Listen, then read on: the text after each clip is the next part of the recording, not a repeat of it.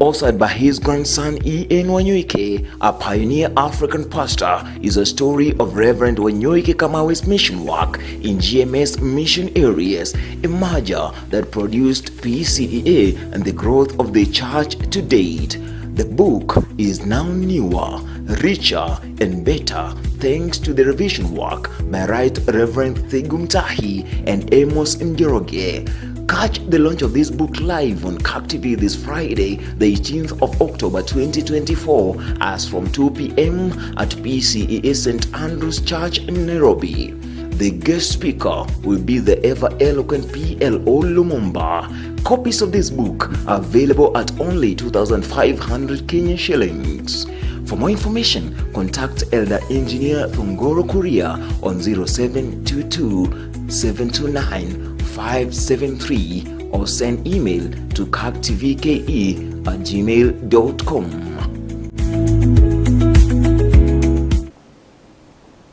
Hello and good evening. How nice to have you on board tonight as we celebrate actually a milestone, a jubilee, and you'll get to hear more about that. Today we are discussing the topic on a pioneer African pastor. And actually this has been packaged in a book, a very, very interesting book. I'm Lucy Waweru, ready to take you through this session. We'll learn a lot about, the origins of PCA Church, the two missionary streams and all this. And in studio today, I'm very, very honored and privileged to be hosting very, very great panelists. Our very own moderator of the 24th General Assembly is in the house. Karibu sana, moderator. Thank you, Reverend Lucy. I'm glad to be in the studio today. Wonderful. Thank you. Thank you, moderator, for finding time to be with us tonight. Our next guest is Mr. Amos Njoroge, and very shortly you get to know the connection between him and this book and this milestone that we are celebrating. Welcome, Mr. Njoroge. Thank you, Reverend Lucy. I'm very happy to be here. Wow. Thank you. And in studio today, we are actually not alone because we are joined by an audience, a very interesting audience, but an audience that is also, related to what we are doing today. And we are very glad that they could find time to come and support us and be with us through this program. And now, on the extreme left, we have Mr. Kamawe Nuge on my left. That's my left. And you can wave. Wonderful. And that is a grandson of the one we are celebrating as a pioneer African pastor. Thank you very much for coming. As next to him is Mr. Herbert Njoroge, a great grandson who is a lawyer, a corporate commercial lawyer for that matter, and who has supported this project very much. Thank you very much for coming. Seated next to him is Elder Engineer Thongoro Kuria, who is the chair of the editorial committee that has given us this great treasure. Thank you very much for coming. Wonderful. And then on my extreme right is none other than Nyandia Kamawe, a great granddaughter, and you'll hear more. I'm not saying the names of the pioneer African pastor, because that's what we're discussing today. Thank you very much for coming. Thank you for all your support, for all your love. Thank you. We appreciate. And now, on to the topic of the day, a pioneer Africa pastor. And I'd just like to let you know that we are streaming live on CAC TV Kenya on Facebook and CAC TV Kenya on YouTube. You can follow, you can share the links with friends. Tell a friend to tell a friend, because this is very exciting. Personally, it's very exciting because I love history and I like to hear about our origins, where we came from, and what we can learn from that history. And so I think it's going to be very exciting. Moderator. Yes. Why a book? Why this book particularly? Thank you, Reverend Lucy. That's a very valid question. This is a second edition of a previous edition. The initial edition was an African pastor. But when we decided to revise it, we give it the title, A Pioneer African Pastor. This book was authored by Wanyoike, a grandson of Reverend Wanyoike Kamawe. He authored the initial book in 1974. And after that, 4 years later, he passed on. The publishing company that had done the book, the East Africa Publishing House, folded up. So we realized that the book had run out of print. But reading through the book, we realized it's a very rich book because it does not just talk about Reverend Wanyoike wa Kamawe. It talks about the coming of the missionaries in Kaboi and such areas. It talks about how ministry grew. It talks about the merger of the GMS and the CSM. It captures very important persons in the history of that time. People like Harry Thuku, it talks about them.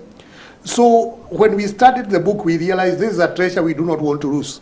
And now that the author was dead, now that the publishing company had also folded up, we sat together, the family and myself, and Engineer Kuria, who is our chairman, and we agreed we needed to revise the book because of the wealth therein. Because once you read the book, you realize it's not just about that African pastor, that pioneer African pastor. It's our history. It's the history of our church. It's the history of our country. It's the history of our faith. Therefore, we felt this is a book we do not want to lose. And I'm glad that this being year 2024, 50 years later, we are now ready to launch the book so that now people can read it. Because if we do not read our history, we are not able to celebrate what other people did ahead of us. We may think that what we are doing is very brilliant, not knowing that there are others who are before us who made sacrifices and bigger sacrifices than we have done. We also need to know who did what at what time. Therefore, when we talk about a pioneer African pastor, we are talking about that gentleman, Reverend Wanyoike wa Kamawe, who was nurtured by the Gospel Missionary Society, which later merged with the Church of Scotland Mission in 1945. And now here we are as PCA, having the wealth of the Scottish people and the American people, because the Gospel Missionary Society was from the US, or the Scottish missionaries, of course, who are from Scotland. So this is the wealth we are reviving, and we felt we need to do it, and at this time. Wow. Thank you. And this was timely.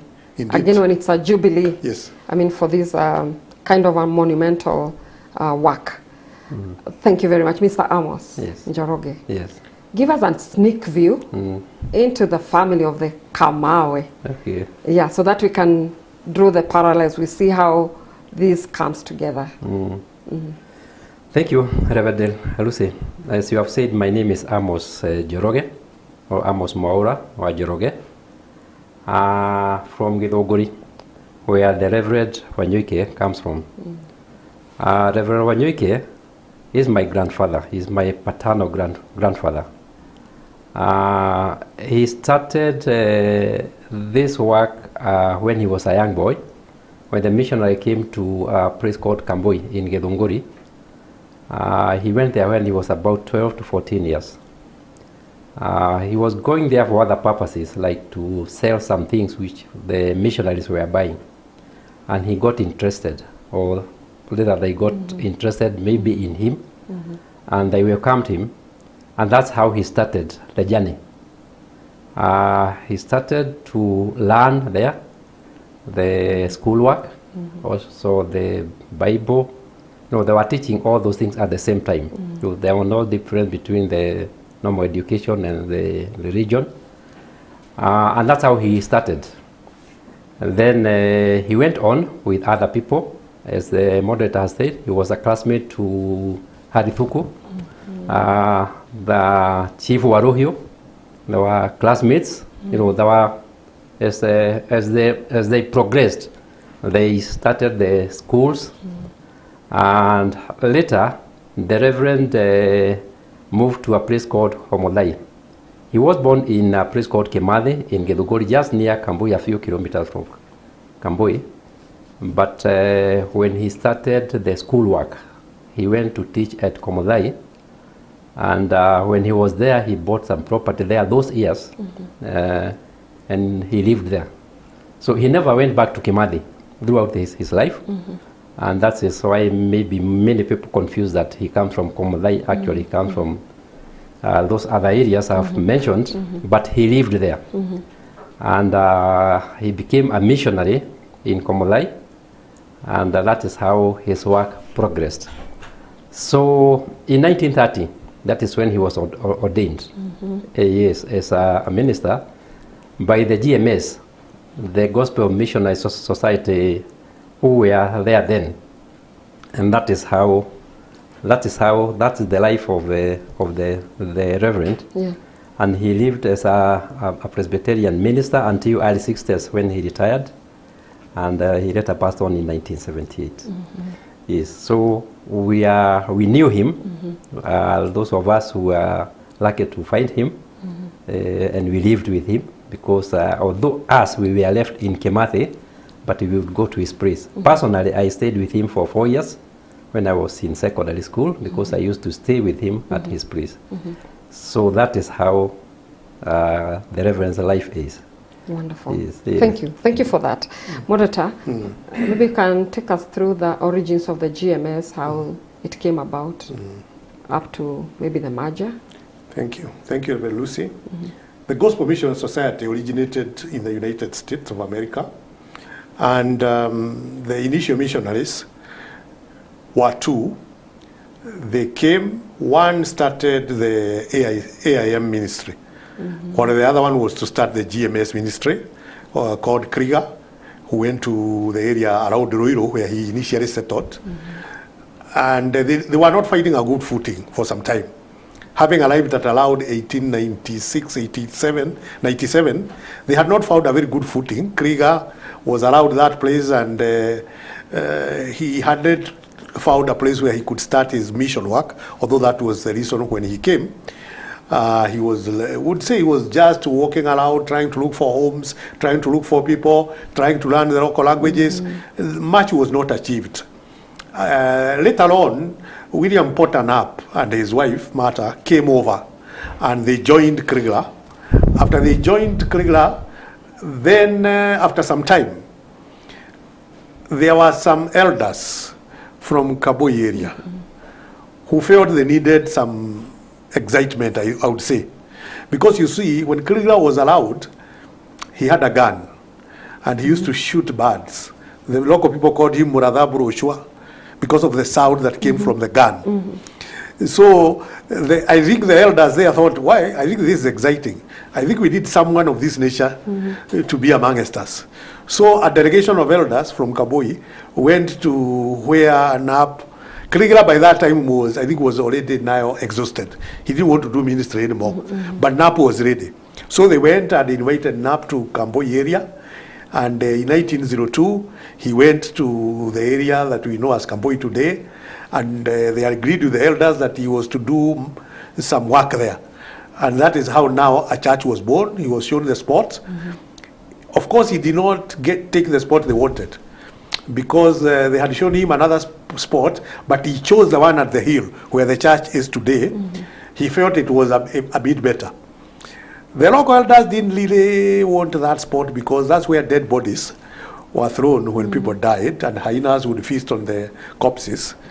But the Knapp insisted, this is the place I want. And they said, okay, take it, although it's a place of of screams, because of the hyenas feeding on the corpses.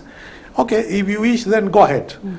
And him and a few other people cleared the place, and that is how then the mission in 1902 was planted in Kaboi. And gradually they started, approaching young people. Young people, and as it was said by Njoroge here, would maybe go to them to sell them some items, local items. And in the process, they would also persuade them, why don't you stay a bit and hear what we are saying? So gradually the ministry brought in young people, particularly the boys. Boys sometimes are adventurous. That is how then the faith got into Kaboi area. Shortly after that, they were to send a missionary. Another missionary came, Henderson, and he was sent to Ngenda to start another mission center. Then from Ngenda, a new center was also started in Kehubwini. But the Kehubwini center was started by an African. The ones they had grown, they had trained, Mr. Kehurani was the one who went to start the Kehubwini center. But the one in Kaboi and the one in Ngenda was started by the American missionaries. It's good to say that in all those in all that work, they not only grew the people spiritually, but they also introduced literacy, education, and also medical care. Plus even teaching people skills, how they can do certain things like being a teacher. You have heard Bwana Kamawe was eventually a teacher. Before he was ordained, he was a teacher. Therefore, they brought all those things, and I think that's why they were able to persuade more people to join them, because they had a variety of things they were offering. But one remarkable thing we need to note about this mission work by the GMS was that they did not take themselves to Kamboi. This is very unique, that it is the local elders who are steeped in the African ways, in the Kikuyu customs. They were the ones who invited the missionaries to their own home. So sometimes when people say, you know, the white men came and did and fought our ways, this is a very clear illustration that the missionaries were directed by God. Because if local elders, Kikuyu elders, who understood nothing else other than their ways, could go and persuade a missionary, a white missionary, to come and live amongst them. It's good to point out that when Nap came for the first night, he spent the night in the Ingira, the heart of one of the elders. No wonder today we have a memorial of the Ingira in Kamboi to remember where Nap started his work. So I would want people to also note that mission work was God directed. If a missionary could come from the United States, come to a people who are not related to him, who are not of his color, who are not of his language, and then those people embrace him, it's a great thing to underline. Thank you. It's the Dingira, thank you very much. I mean, you're a historian. Thank you. And we appreciate you for that. Thank you. Is the Dingira you're mentioning the one that we celebrate in Kamboi called the Gira wa Munenge? Munenge, Is yeah. Munenge? Yes. Munenge was one of the elders. Among the elders who went to talk to Nap, and he invited them, the missionaries to their home. Munenge was one of the elders. So I guess when it was late, he was the one who got the privilege to host the Muzungu in his own hut. And Muzungu wrote the notes. If you read this book now, this book that we are now launching, you'll find the notes of Nap himself. Wow. And he is saying, I spent the night there. It was a bit chilly. It was a bit cold in the heart. And the smell of the goats. So it was a real night. Not in a guest house, but in a traditional hut. The home of an African elder. Wow. Yes. This is very unique. Indeed. Because, I mean, you're talking about this in a context where there are these issues about, you know, the missionary societies or the missionary gospel is an exotic gospel. They forced it down our throats. But this is a different story now. Very different. That we are hearing today. Very different. Thank you very much. And I hope our viewers, you notice that Nap is Bwana Nafu. Now. These are not two different people. It's Nafu. In case you're confused at this point, And I hope you're still following, and you can let us know where you're watching from, because I would like to maybe interact with you. Where you're watching from? What do you think about all this? And I mean, do you know the GMS mission? Are you related to it? Are you learning? What questions do you have for our moderator? And our guest would like to hear more from you now. Mr. Njoroge, what does this mean for you as a grandson of this great pioneer and one who has also grown through this mission? What does it mean for you that we are remembering this and that there is a book that is about to be launched, or rather relaunched, that again is a great treasure? What does it mean? Well, it means a lot. If I may go a bit Numa, this book was first written, as the moderator said, by our cousin who was called E.N. Wanyoike, who passed on. It was being published by the East African Publishing House, who closed. Then the book went out of print. I bought the book in Nairobi myself in 1989 on the streets. As I was passing, Wanyoike has passed on. We could not get it, and we didn't know how to get it. And I treasured that book because after I read it, I came to realize that it had very unique history, not only about our grandfather, but about how the church started. So it feels very good to be associated with it. We have actually been struggling as a family to bring the book back, and we are very lucky that God, in His own working, He made us meet the moderator. We met Elder Eugene Yakuria, who have really worked and helped us, and to get the book printed again. So the issue is just to get the book, circulating so that people can read the history. And it's very good to learn the kind of sacrifices our grandfather and others did. Akina Reverend Motaro in Ngenda. If you read the book, you really sympathize with them, because it was very hard for them to do the work they did, to bring the gospel to our people. And the gospel opened so many things. They brought education, especially to those places we are talking about, especially the northern Kiabu and the lower Muranga. And the education brought development. So it's something which is very nice to be associated with. Wonderful. Yes. Moderator, tell us something about that merger and how that Presbytery of Chania was created. Yes. And how was this agreement like? Yes. What are the things that the two missionary societies agreed on that have been carried on in the Presbyterian Church? Yes. Well, we have started by saying that the Gospel Missionary Society started off in the United States of America. Then William Knapp, or Nabu, as people would call him, came over with his wife. We also remember that at some point they realized they were not getting enough resources from back home. And they thought, now our mission work may die out. So what can we do? And they thought, why don't we look aloud to other missionaries who are working here in East Africa and see whether we can partner with them. So negotiations started. And they attempted to meet other missionaries, the Roman Catholics, the Anglicans, the AIM, or the AIC as it's called. And as I had previously said, the AIC was close to the GMS because they had both come from America. But then the GMS missionaries had made so much impact on Africans, the Africans felt like they were not close to the AIM. But they realized there was some affinity with the Church of Scotland missionaries. So negotiations started, and by 1945, it was now agreed that a merger would take place. The GMS had already ordained two ministers, Wanyoike Wakamawe and Joshua Mutaro. Those were fully ordained. There were others who had been priested, not yet fully ordained, like Watatu Akebere and a few others. But these two were ordained by the time the merger took place.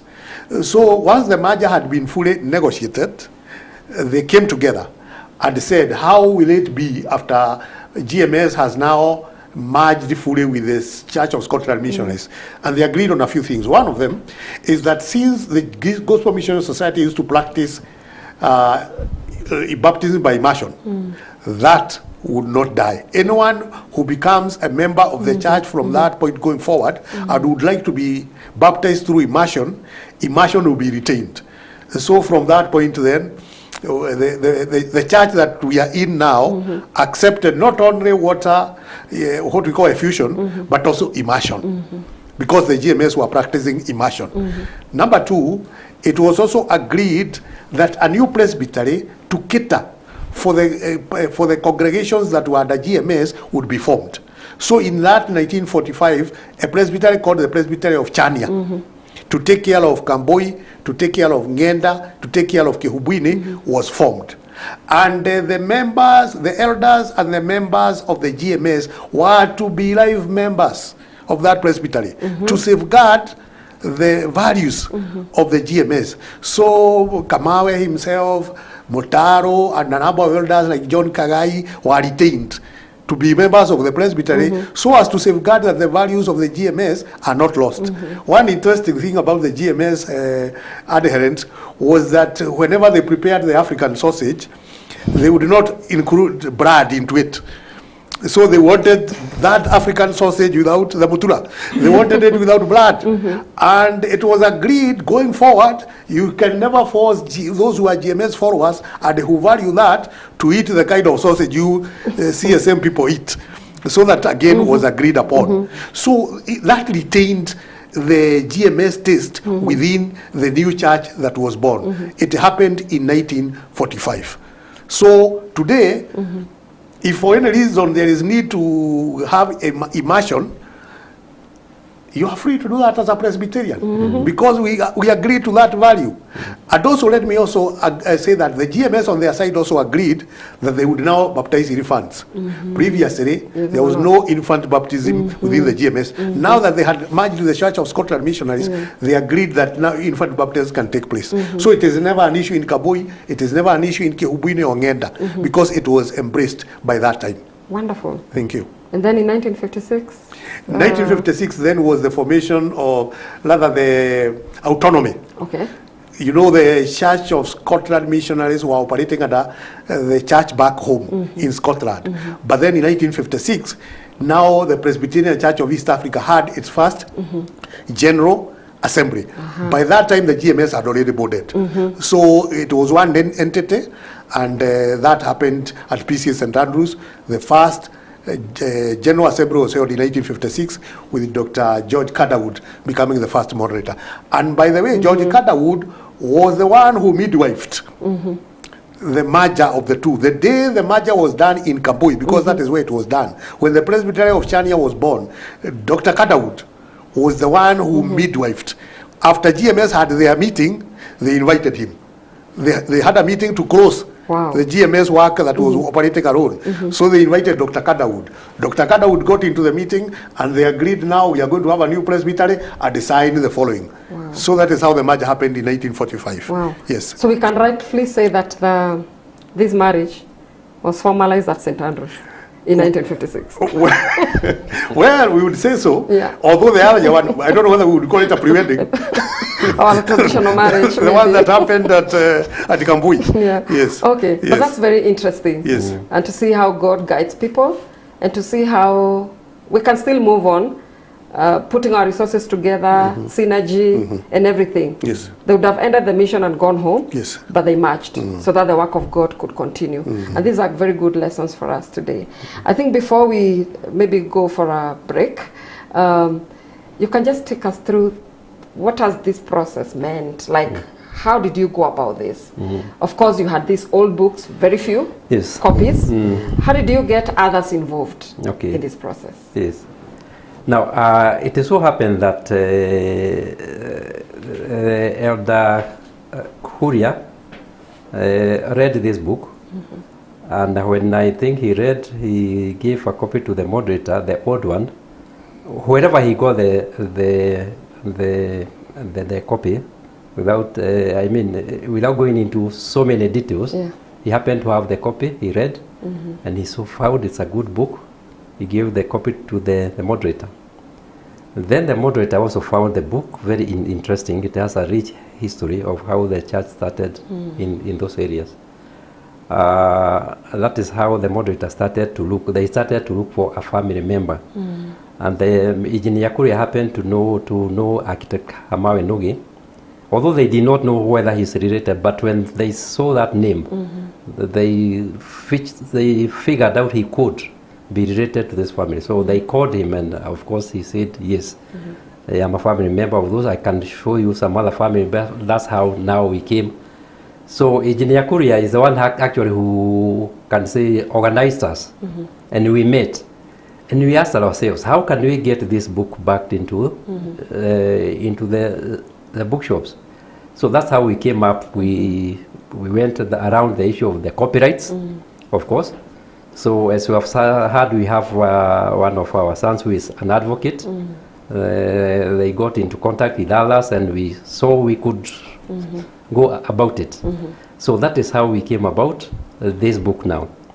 And that is how the book was published. We have done so many meetings, and we agreed for the book to get to be more relevant, we should add some things in the book.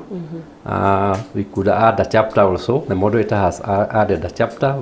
As a family, we could add here and there, and not change the original book as such, but to add some items to make it more relevant and to clarify some issues which were not very clear in the original book. So that's how we have been going about it. Wow. Yes. A lot of due diligence. Yes, sure. In giving us this wonderful resource. Yes. Moderator, I know we'll talk. You can add Maybe it's something. good to mention that, as Bwana Njoroge has said, the initial book had, well, loaded up at around in the 70s. And you realize that the church has grown since then. Sure. So we realized, much as the history is very, very important, because this is the original book, called An African Pastor, published in 1874. By now, that's 50 years. There is a lot that has happened within PCE. So we said, why would we want our people not to know those things that have happened? And that's how we added the other chapter. Again, remember that this book was written by Ian Wanyoike, a member, a grandson of Wanyoike wa Kamawe, and then the family was not involved. So we realize now that because we wanted the book to be richer, what would the family say about their setup? So we asked them to say a few things about their family, which are also included here. Therefore, I would say that now I know this book is very rich for researchers and people interested with PCA, people interested with the Christian faith, people interested with the history of the nation. I'm sure when a name like Harry Thuku is mentioned, people want to know, hey, you mean Harry Thuku had a family? You mean Harry Thuku had a boyhood? It is all here. Wow. Harry Thuku, who people remember in 1922. Harry Thuku riots. Yes, the riots. We read about that. Yes. In 1922, those who may have forgotten, Harry Thuku had written letters to UK, and he got into problems with the colonial authorities. So he was arrested and taken to what we call the Central Police Station today. While he was there, many people gathered outside the police station, and there was a commotion because a lady called Nyajiro told the men that they were not men enough. If Harry Thuku is in there, and you people are out here and you are men, what are you doing about it? And when he challenged the men, there was some commotion, and 22 people are shot dead as they tried to rescue Harry Thuku from the arrest of the colonial masters. Nyajiro died also among the 22, and Harry Thuku was deported to Kisimayu. So Harry Thuku was a schoolmate of Wanyoike wa Kamawe. He studied in Kabui. So we don't know what the education in the Presbyterian education and the education by the GMS was doing to people. Because even Jomo Kenyatta was also another product of the CSM. Wow. So these are the people who read the freedom movement. Yes. So it appears like the missionaries who trained in the GMS, the missionaries who trained in the CSM empowered the people. And the people came to value, these education that they were receiving, because as I read this book, one thing I noted is that why they chose to merge with the Church of Scotland missionaries is that they realized there was freedom of Africans within the Church of Scotland missionary schools. And the kind of mission work that was being done was empowering the Africans. That is why those in GMS said, we are also enjoying freedom here at ANAP. There's a lot of freedom here. We do not want to lose our freedom like those in the AIM have lost theirs. Therefore, we can only merge with the people who also value the freedom of Africans. So the two came together. And for sure, we have seen that other than us remembering and going into history, you can never tell that this was GMS, this was CSM, because the merger is seamless. It just came in so well, the two have merged so well, churches have grown so well, education in Kamboi, Ngenda, Kehubwine, healthcare, there's a health center in Kamboi, it's an old health center. It's not a recent one. They may have died and gotten revived, but it's an old one. Therefore, they had similar values all the way. Similar values all the way. We need to take a short break. We will be right back because this is getting interesting. Would like to know maybe in the next segment where we can get these wonderful books And there's a book launch coming up this Friday. You want to hear more about it, please don't go away. We are coming back right now. Thank you very much.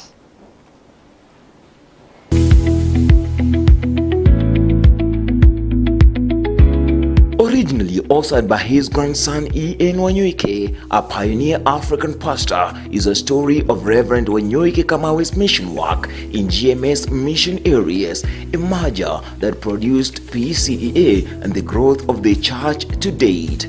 The book is now newer, richer, and better thanks to the revision work by Right Reverend Thigum Tahi and Amos Njoroge. Catch the launch of this book live on CAC TV this Friday, the 18th of October 2024, as from 2 p.m. at PCEA St. Andrew's Church in Nairobi. The guest speaker will be the ever-eloquent PLO Lumumba. Copies of this book are available at only 2,500 Kenyan shillings. For more information, contact Elder Engineer Thongoro Kuria on 0722 729 573 or send email to cactvke@gmail.com.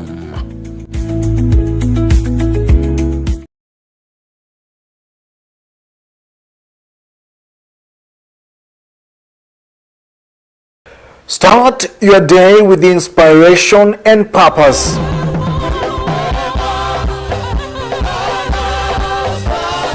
An opportunity to ignite your spirit, uplift your soul, and set the tone for a fulfilling day.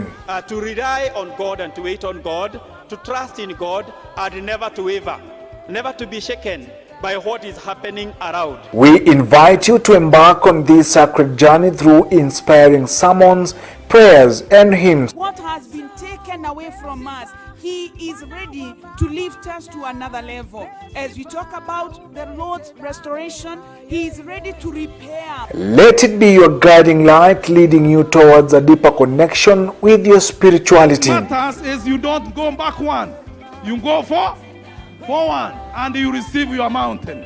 Tune in to the morning devotion starting from 7 a.m. to 8 a.m. on CAC TV Signet and live on Facebook and YouTube at CAC TV Kenya.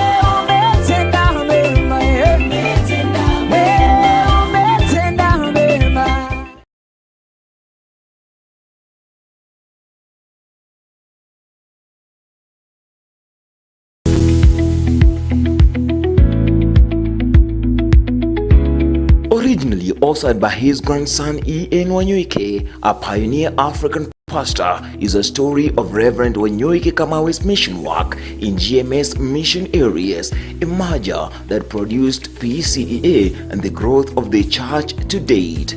The book is now newer, richer, and better thanks to the revision work by Right Reverend Thigum Tahi and Amos Njoroge.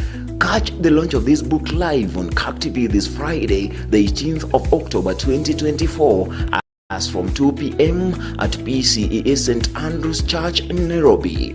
The guest speaker will be the ever-eloquent PLO Lumumba. Copies of this book are available at only 2,500 Kenyan shillings.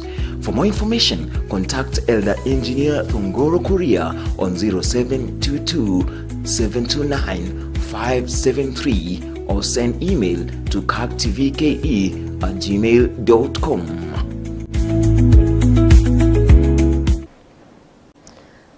We are very glad that you are still watching and following us. Karibuni sana.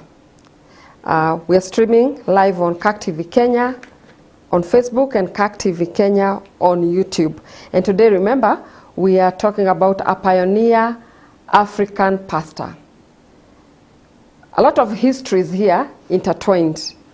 The Kamawe family, Reverend Wanyoike Kamawe himself as the pioneer, African pastor, the GMS Missionary Society, the CSM Missionary Society.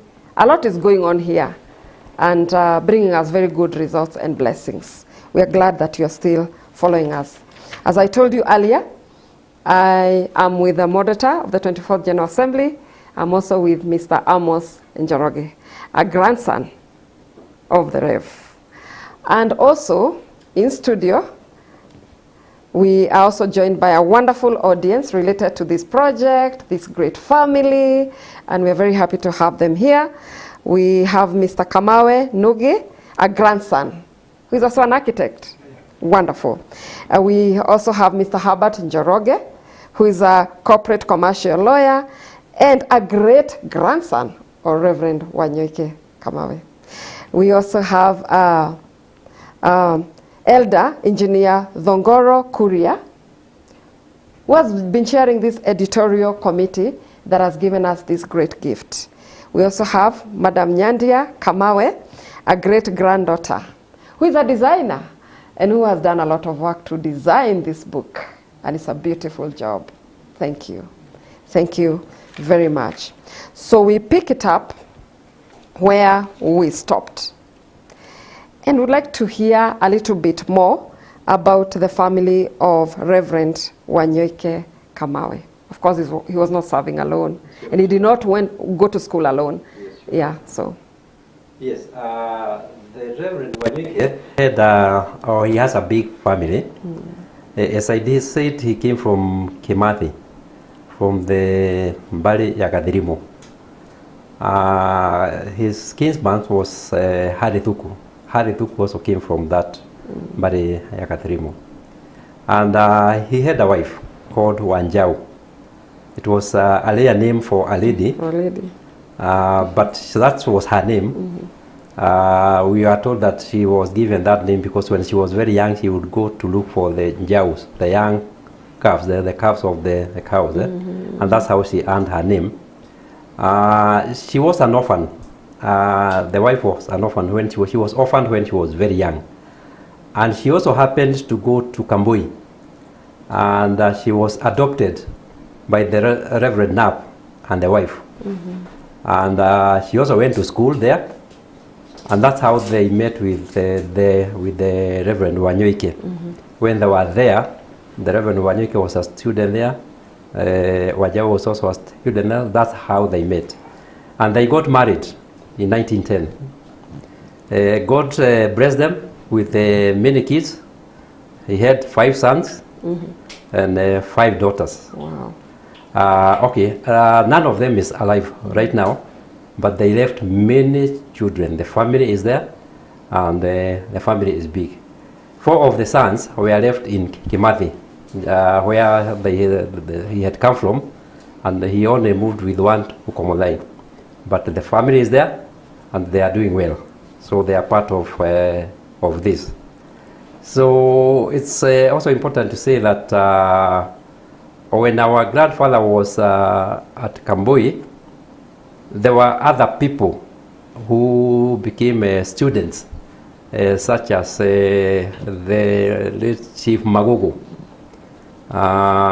and also the Reverend John Gato was also a product of the GMS. Yes. Oh, wow. Yeah. A very rich history, a very rich heritage. And we are glad that we are alive to see this and to hear about this. Thank you very much. Monitor, the GMS looks like a very unique missionary society. And you've told us a bit of their uniqueness. Yes. Like immersion. Yes. You told us about how they came into being. Are there other points of uniqueness? Well, it's good to say that they were similar with the Church of Scotland missionaries in a number of ways. And one thing that made them similar was the fact that both missionaries emphasized on the head, the heart, and the heart. The head, the heart, and the heart. Meaning literacy. Ability to read, light, so on. The heart is the spirituality, the soul. So that there was an emphasis on the heart. Then teach people skills. Farming, teaching, printing, all skills that people can use to make a livelihood were taught by the two. So you see that similarity brought them together. But we have already talked about their differences. One of them was baptism by immersion. Of course, the GMS did not baptize infants. They only baptized adults through immersion. And from what the records we have, it was a very dramatic baptism. In that, the candidates to be baptized, after having been taken through catechism, would go to a river, for instance, River Mokoyo. And then the minister would get into the river. The candidate would get into the river wearing maybe some shorts and a shirt. They would get immersed into the water. Once they had been immersed and baptized in the name of the Father, Son, and the Holy Spirit, they would go across to the other bank. Wow. They would not rejoin those who are not baptized. It was symbolic. It was a way of showing that now you have left the old ways. You have gone through a river of baptism. Now cross over to the other side. Those who are on this side were still waiting, and there was a lot of singing, I hear. There was a lot of jubilation as that happened. One other thing that the Gospel Missionary Societies emphasized: once you came for baptism, unless you decided yourself, you did not have to take up an European name. The names you had were adequate. That's why you still have Wanyoike Kamawe. People ask you, what was his baptism name? He was baptized in 1906 as Wanyoike Wakamawe. Wow. That was it. That was enough. That was it. And there are many others, particularly those who are a bit older. They will tell you that they didn't have any other name other than their own names. So you can see the wealth that was among the GMS people, because they trained Africans in a way that the colonial masters did not want. Because the colonial masters at the time did not want Africans given so much skills, particularly, teaching them arithmetic, teaching them a lot of grammar. For what? Just teach them a bit of counting, teach them a bit of grammar, so that they can respond, yes, sir, yes, madam. That was the colonial way. But here, the Church of Scotland missionaries and the Gospel Missionary Societies gave them more. No wonder, as I said earlier, those who led the liberation movement were from GMS, Harithuku, and CSM, Jomo Kenyatta. Therefore, it is like they uplifted the Africans to a very respectable level. And the Africans who went through those schools were very proud people. After they were done with the school, they went into the world very proud that they have got an education, they had got spirituality, and they could also do certain things with their own hands. They could do farming, modern farming, and also they could do other things that are related to the civilization of the time. It's also good to underline that just as the Church of Scotland missionaries, the GMS also said no to some of the practices of the Africans. It is not that they only empowered Africans. They also taught them against certain things that were not found to be relevant with the time. For instance, we have mentioned about disposal of dead bodies. The Kikuyu community then would throw away dead bodies and would have no connection with the dead bodies at all. But the GMS and the CSM said, no, you have to do a dignified burial. When a relative dies, get a coffin or anything close to that, dig a grave and have a service. And that is what happened when even Nap died. When he died, Wanyoike Wakamawe gave him very great respect, or he was dead, because they had been taught, much as the soul has already left the body, don't just dispose the body anyhow. One, because you're not dignifying the dead person. Two, it's not also hygienic. When you throw away dead bodies, you are causing, infections all over. So they taught that. Something else that the GMS missionaries taught, that was also taught by the Church of Scotland missionaries, was fighting against female genital mutilation, female circumcision, as it was known then. They fought and stood against it in a very big way. So as the CSM were teaching against it in Sokoto, the GMS were teaching it against it in Kabui. And the results were very good thereafter. So those are some of the similarities of the two, but also you can see that they had some marked differences. Well, and is that history here?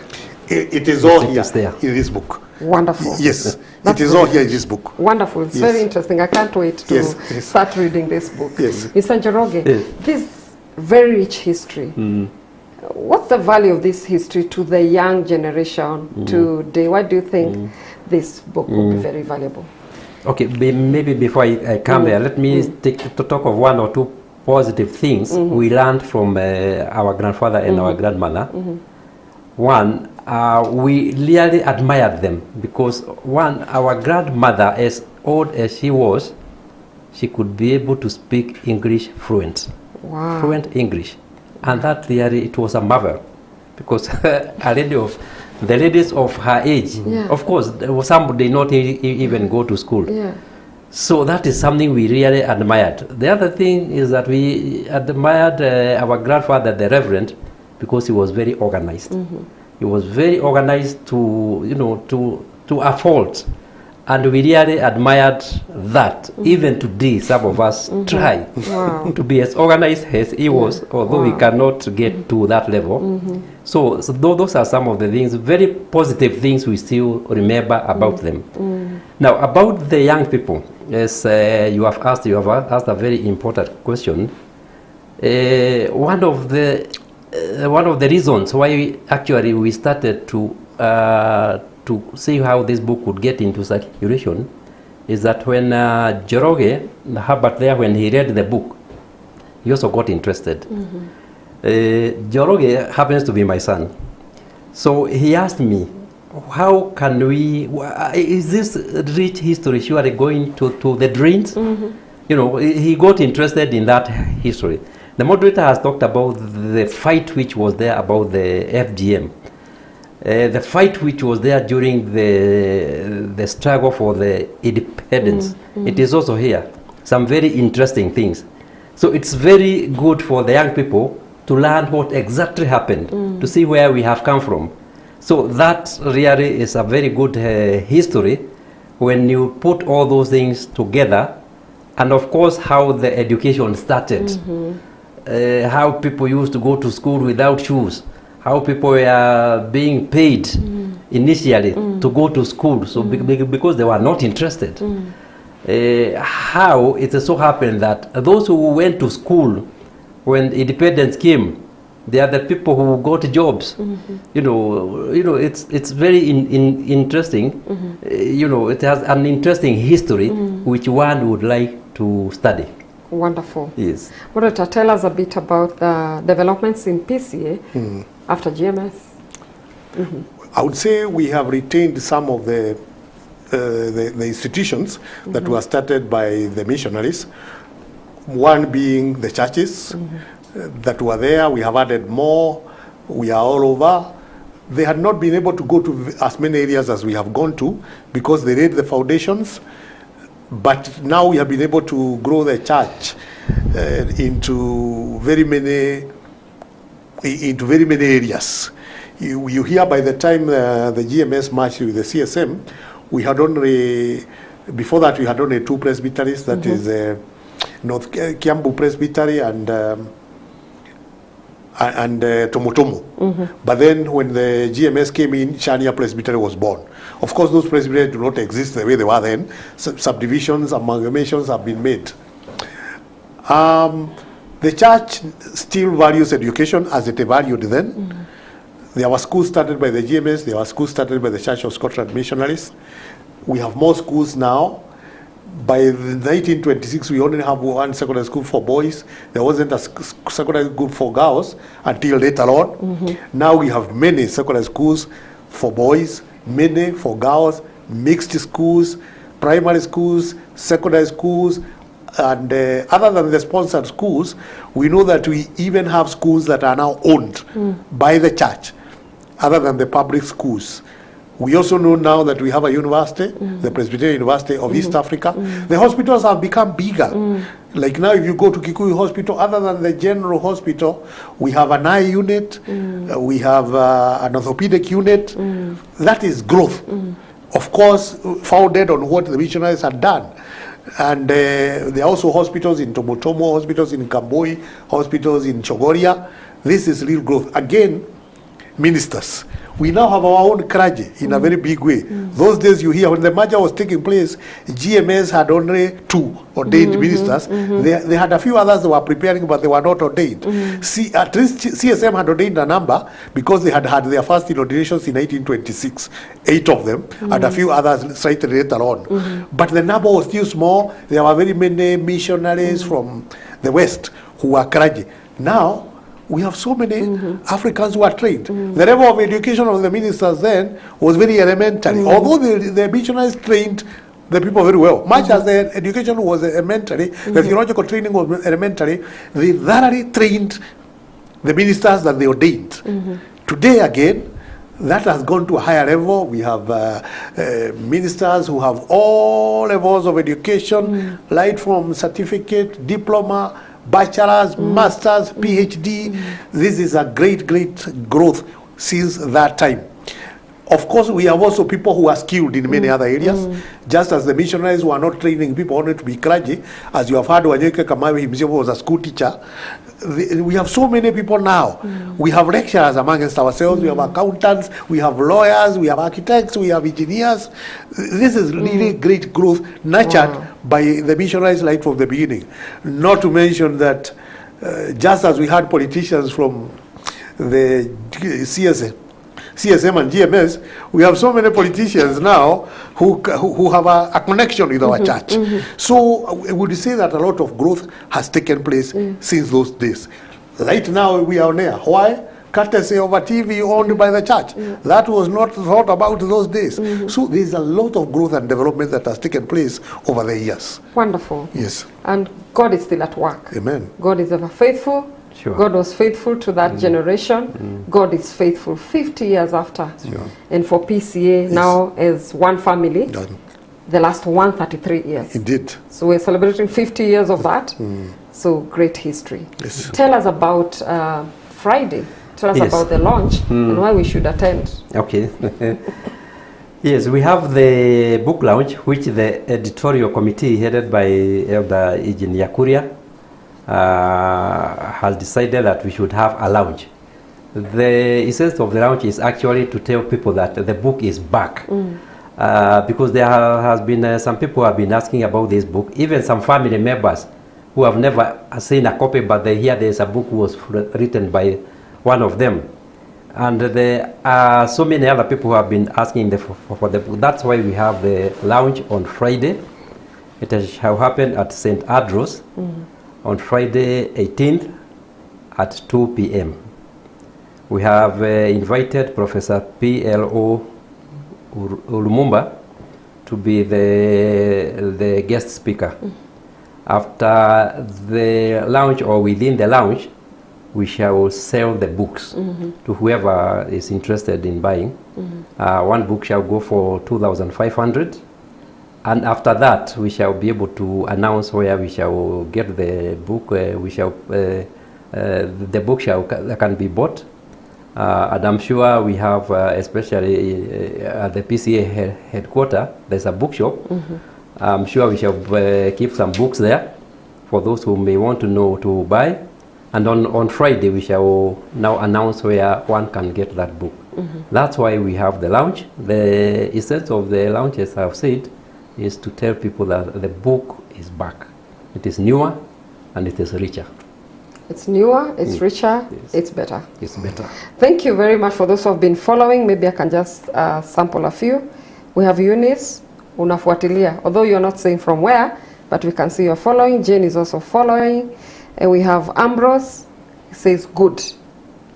We have Jennifer Mushemi, that's a reverend. He says she says, this is a very resourceful book.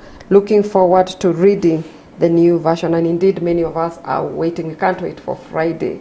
Moderator, Yes. you are parting short. Maybe you allow us, Reverend Lucy, before we conclude, Yeah. to pay tribute to Sure. a member of the Knapp family who has passed on.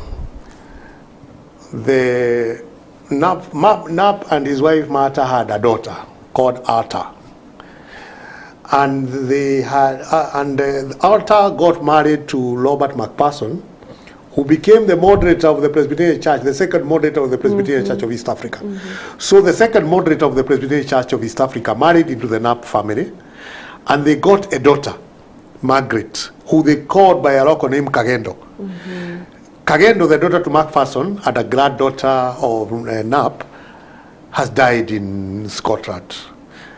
And we are still trying to speak with the people out there to know the details, because we have information that since her mother is buried at Kambui, she had also in her will said that she would want her ashes, part of her ashes once she is cremated, to be buried in Kabui. So we are waiting for information from Scotland so that that can happen. So we are sad that Kagendo, as she was popularly known, she worked in Kenya for many years as a tutor in a number of teachers training colleges, has died at 93, a daughter of our second moderator of the Presbyterian Church of East Africa and a granddaughter of NAP. So maybe as we close, we could do a prayer to remember that family. Sure. But mine is just to beseech you who is out there that you must value your history. This is your history now, brought to you. I have quoted parts of this book and people have always asked me for it. It's now coming. I can now confidently tell you that the book is available. Get a copy. Let us develop a reading culture, because it's only by reading that we can unlock the wealth that is in books. And we shall be better through reading. You know, our faith lays a lot of emphasis on reading. And that's why even we have a very rich history, because we have people who read books, and we also should develop that as part of our culture. So my prayer is that join us on Friday at PC St. Andrews at 2 p.m. as we launch the book. We may call it a relaunch of the book because the book was there, although as it has been said by Mr. Njoroge, it's now newer, it is richer, it has more than the previous one, but still retaining the old taste. So welcome all of you. Thank you very much. Before the moderator gives us the final prayer, mine is to thank you for keeping it CAC TV. Thank you for all your support, and we trust that we'll see you this Friday at St. Andrews, Nairobi for the launch at 2 p.m. Allow me to thank the moderator for finding time to be with us. Mr. Njoroge, thank you very much for your wisdom. Thank you very much for this great gift, and the family and those who have offered a lot of support in this project. Thank you very much, Mr. Kamawe. Thank you very much, Mr. Herbert. Thank you very much, Engineer Dhogoro. And thank you very much, our sister Nyandia, for making time to be with us. Thank you very much. We wish you a very blessed night. Take care. Moderator, over to you for the final prayer. Indeed, we are thankful to you, Lord, for giving us an opportunity to revisit what was done by others ahead of us. It is challenging us also to make an impact because we have an opportunity. Thank you for the sacrifices that they made that have made the world different. They could choose to go the old way, but they decided to listen to your counsel. No wonder we are here celebrating the work that was done by Wanyoike Wakamawe and others who worked alongside him. At a time like now, we are also very sad that a member of one of the pioneer families, the pioneer family of William Porter Knapp, the great missionary of Kambui, his granddaughter Kagendo, who is also a daughter of our second General Assembly moderator, Robert McPherson. Margaret Kagendo has passed on. Lord, since you have seen fit to give her rest, we accept. We remember that there are members of the family in the UK who have been affected or touched by this death. We want to pray for consolation. We want to pray for peace. Even as preparations for interment are being done in the big way in Scotland, and also our anticipated involvement, we want to say that she did not live in vain. Her parents, her grandparents served in this church, served your kingdom, and they have made the world good. She also served in this country. She got married within PC St. Andrews, and we also know that she taught in a number of our teachers training colleges. We are thankful for her life. May we also make an impact where we live. Thank you, Lord. Bless us now and thereafter. And may the peace of God that surpasses all human understanding keep your minds and your souls in the love and in the knowledge of God and His Son, Jesus Christ. And may the blessings of God the Father, Son, and the Holy Spirit be with you now and forevermore. Amen. Amen.